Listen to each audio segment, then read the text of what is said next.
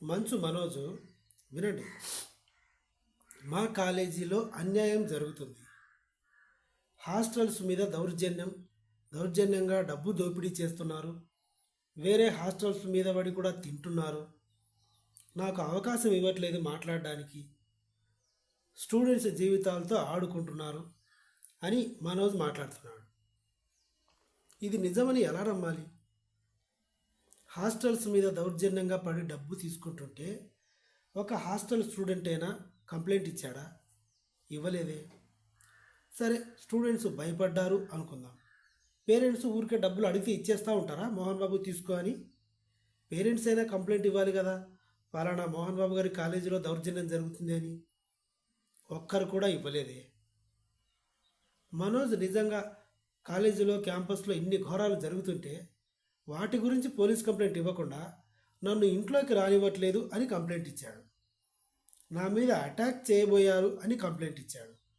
మా నాన్న నా కోసం మనుషుల్ని పెట్టాడు అని కంప్లైంట్ ఇచ్చాడు. మా అన్న నా మీద అటాక్ చేస్తున్నాడు, బౌన్సర్స్ పెట్టాడు అని కంప్లైంట్ ఇచ్చాడు. కానీ స్టూడెంట్స్ మీద అన్యాయం జరుగుతుందని కంప్లైంట్ ఇవ్వలే. దీన్ని బట్టి మనోజ్ చెప్పేదంతా డబ్బా. Mohan Babu is the legendary king. తిరుపతిలో ఉన్న కొంతమంది జర్నలిస్టుల ద్వారా నేను కనుక్కున్న నిజం ఏంటి అంటే, మోహన్ బాబు గారు చాలా సెన్సిటివ్గా కాలేజీలో హాస్టల్స్లో డీల్ చేస్తారు.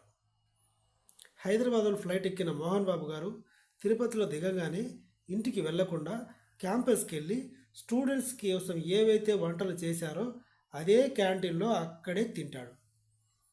వంటలు బాగలేకపోయినా, అన్నం సరిగా లేకపోయినా, ఏ శుభ్రత లేకున్నా హరిఓం శక్తి, వాళ్ళ పని ఫసక్.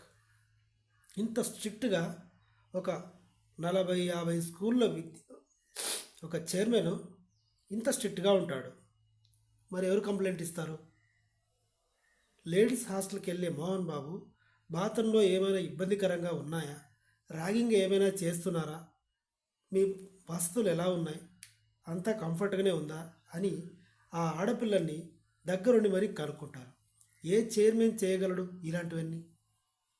దిస్ ఈజ్ మోహన్ బాబు గారు. అందుకే ఎవరు కంప్లైంట్ ఇవ్వట్లేదు. కోర్స్ ఫీజులు ఎక్కువ ఉన్నా కూడా ఆ క్యాంపస్లో ఉన్న అట్మాస్ఫియర్ అలాంటిది. ఆ గార్డెన్స్, ఆ లైబ్రరీ, ఆ ఫుడ్డు, ఆ సాయిబాబా టెంపుల్, చదువుకునే అట్మాస్ఫియరు, హాస్టలు, ఫెసిలిటీసు ఇవన్నీ ఉన్నాయి. అంటే వేరే కాలేజీల్లో ఎక్కువ డబ్బు తీసుకోవట్లేదా?